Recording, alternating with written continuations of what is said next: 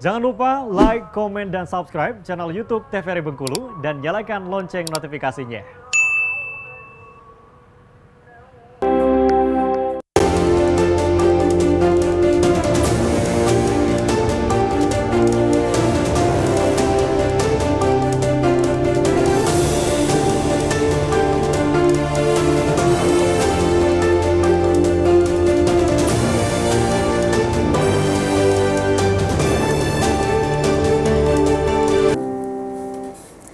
Baik pemirsa, kembali lagi tentunya di Berendo. Kita masih akan membahas mengenai pemadanan NIK dan juga NPWP serta SPT tahunan. Nah tadi juga sempat dijelaskan oleh Mas Hilman ya bahwa NPWP ini harus divalidasi terlebih dahulu. Nah bagaimana nih Mas jika NPWP ini belum divalidasi tetapi mau digunakan? Apakah itu bisa digunakan ataukah itu tidak akan bisa digunakan Mas? Baik, ini juga salah satu permasalahan yang biasa ditemui oleh wajib pajak ya. Contohnya ketika mau ngurus ke bank, mau ngambil kur gitu, terus mau perizinan atau bahkan mau balik nama, sertifikat tanah gitu kan. Itu kalau misalkan wajib pajak belum melakukan pemadanan NIK menjadi NPWP, itu status NPWP-nya nanti akan menjadi tidak valid ya.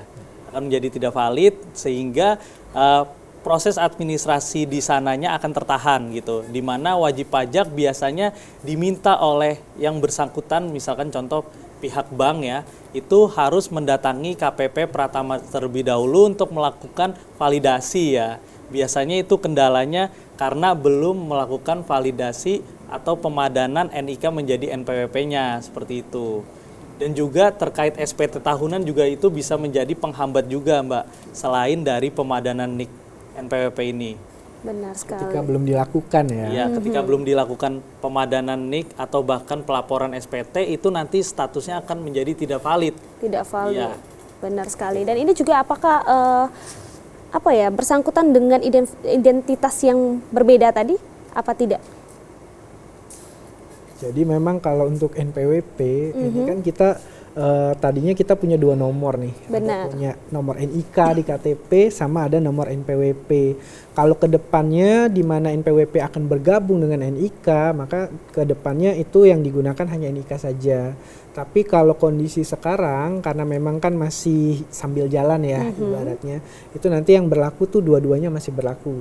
NPWP kita 15 digit berlaku, NIK berlaku. Tapi ini tentu saja ada jangka waktunya nih, bisa berlaku bareng-bareng.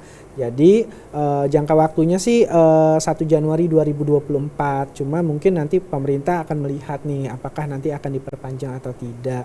Tapi sementara itu 1 Januari, jadi kita minta kawan pajak semua kalau bisa sudah melakukan pemadanan sebelum 31 Desember 2023. Benar sekali. Dan ini juga tentunya sudah diberikan himbauan terus ya. Benar. Itu mulai dari kapan sih diberikan himbauannya Mas Rio? Sebetulnya dari Juli 2022 karena Undang-Undang HPP ini kan berlakunya dari tahun lalu. Jadi memang untuk NIK NPWP berlaku dari Juli tahun lalu, kita udah dikasih waktu sekitar 1,5 tahun ya untuk melakukan pemadanan nih gitu. Jadi kalau bisa sih segera mungkin kawan pajak yang belum melakukan pemadanan ini segera dilakukan. Benar sekali. Apalagi juga dari tim juga ya sudah luar biasa memberikan penyuluhan hampir 1,5 tahun ini. Jangan sampai diperpanjang lagi tentunya ya. Benar. Kalau bisa kita sebagai masyarakat Indonesia sama-sama lah ya bisa memajukan dan juga menjalankan program ini. Karena takutnya Mbak Viva ketika kita belum melakukan pemadanan, tadi kata Mas Hilman kan, nanti takutnya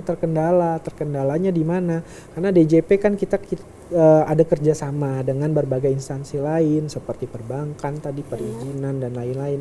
Ketika belum dilakukan ya nanti takutnya malah terkendala gitu loh. Jadi ya segera aja dilakukan karena prosesnya sendiri gampang, hanya sampai 5 menit. Melalui website tadi DJP ya, online tadi. DJP online. Nah ini Mas, mungkin ada pertanyaan ya dari Instagram kita yang menanyakan juga. Ini kan untuk NPWP kan ada yang membuatnya di luar kota nih, tapi mungkin dia menggunakan NPWP-nya di Bengkulu sebagai karyawan mungkin atau apapun itu. Nah itu seperti apa? Apakah mereka harus melakukan pemadanan ini di Jakarta ataukah cukup di sini saja? Aja ya, wah repot juga ya kalau Iya, lakukannya benar. di tempat dia terdaftar ya. Jadi jangan khawatir kawan pajak, karena untuk melakukan pemadanan NIK NPWP ini kan memang kita ada beberapa cara. Salah satunya itu yang online tadi. Jadi online ini artinya kawan pajak itu bisa melakukan dari mana saja, kapan saja. Bahkan sambil nonton TV di rumah ya, jam 6 sore, jam 8 malam gitu ya, sambil nonton sinetron, sambil nonton berita, bisa melakukan pemadanan NIK NPWP karena dia online. Online silakan buka aja browser, ketik DJP online itu bisa dilakukan di situ. Tapi ketika kawan pajak mungkin kesulitan, karena kan nggak semua mungkin ya familiar nih yang online ini gimana sih. Benar gitu kan. sekali. Mungkin ada yang bingung gitu. Itu boleh silakan kawan pajak datang ke KPP terdekat untuk dibantu. Tidak harus KPP terdaftar. Kenapa? Karena seperti saya aja terdaftarnya di Lampung. Kalau misalkan saya posisi di Bengkulu harus ke Lampung dulu, ongkosnya berapa? Benar gitu kan. sekali. Jangan khawatir kawan pajak, karena ini bisa dibantu dari KPP mana saja yang terdekat. Benar sekali. Jadi hanya dengan website tersebut bisa membantu kita dari rumah sampai tiduran juga bisa ya Mas ya. Jadi Atau kalau harus datang ke KPP, boleh di KPP terdekat. Kantor pajak manapun yang paling dekat di kota yang kita tinggali. benar, cukup datang minta bantuan gitu ya, ini gimana gitu ya. Bakal tentunya langsung sigap ya membantu. Pasti dong. Benar sekali. Nah, kalau untuk NPWP sendiri ini kan apa ya? Banyak orang yang masih membuat NPWP tapi kayak tidak tahu nih ya bagaimana sih penggunaan atau mungkin pembayaran pajak apalagi melalui SPT itu kan lebih ribet lagi, apalagi orang-orang awam yang mungkin juga tidak terlalu familiar. Itu seperti apa sih kita harus membayarkan pajak ini dengan menggunakan NPWP? Mungkin dari Mas Rio dulu boleh menjelaskan. Ya, siap. Jadi memang untuk kewajiban kita setelah punya NPWP, tadi ingat ya, yang wajib buat NPWP kalau memenuhi kewajiban objektif subjektif. Benar Sederhananya ketika penghasilan kita melebihi nilai tertentu. Di bawah itu gimana? Misalkan saya pelajar, saya pengen punya NPWP, saya nggak punya penghasilan, nggak apa-apa, tapi itu pilihan. Tapi ingat, ketika kita memilih sudah punya NPWP, ada kewajiban-kewajiban yang harus kita lakukan. Yaitu pertama, jika penghasilan kita memang sudah mengharuskan kita membayar pajak, silakan lakukan pembayaran pajak. Caranya gimana? Caranya silakan membuat billing pajak saja. Billing pajak dibuatnya di DJP online juga gitu. Jadi silakan dibuat billing pajak, lalu tinggal setorkan pajaknya ke bank atau kantor pos. Cara perhitungannya gimana? Kalau kawan pajak bingung, silakan datang ke KPP, nanti kita akan bantu. Gimana caranya? Karena tentu saja masing-masing orang itu kan kondisinya beda-beda. Nanti akan kita coba sesuaikan nih seperti apa perhitungan pajaknya. Lalu yang kedua, kawan pajak setelah melakukan pembayaran tentu saja ada kewajiban pelaporan SPT. Benar. Untuk pelaporan SPT ini sering salah kaprah. Orang bilangnya SPT tahunan itu dibayarkan, padahal tidak. SPT tahunan itu kita laporkan. Bisa saja pajaknya tidak ada, tapi tetap wajib lapor. Itu namanya SPT tahunan nihil gitu, kawan pajak. Jadi sekali lagi pembayaran dan pelaporan itu suatu hal yang berbeda. Tidak semua orang punya NPWP wajib bayar pajak karena ada nilai tertentunya tadi. Tapi semua yang punya NPWP wajib laporan. Jadi lapor SPT tahunan ini sifatnya wajib ya Mas Ilman ya.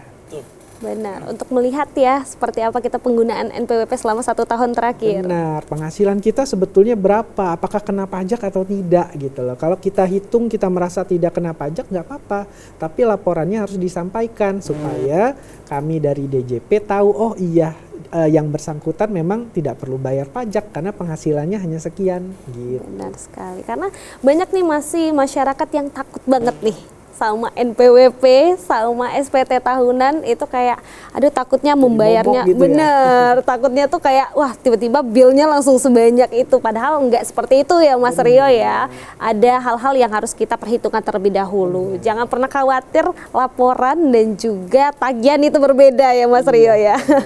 Baik Dita Anu, nanti kita akan lanjutkan lagi setelah jeda pariwara berikut ini, tetap di Parendo.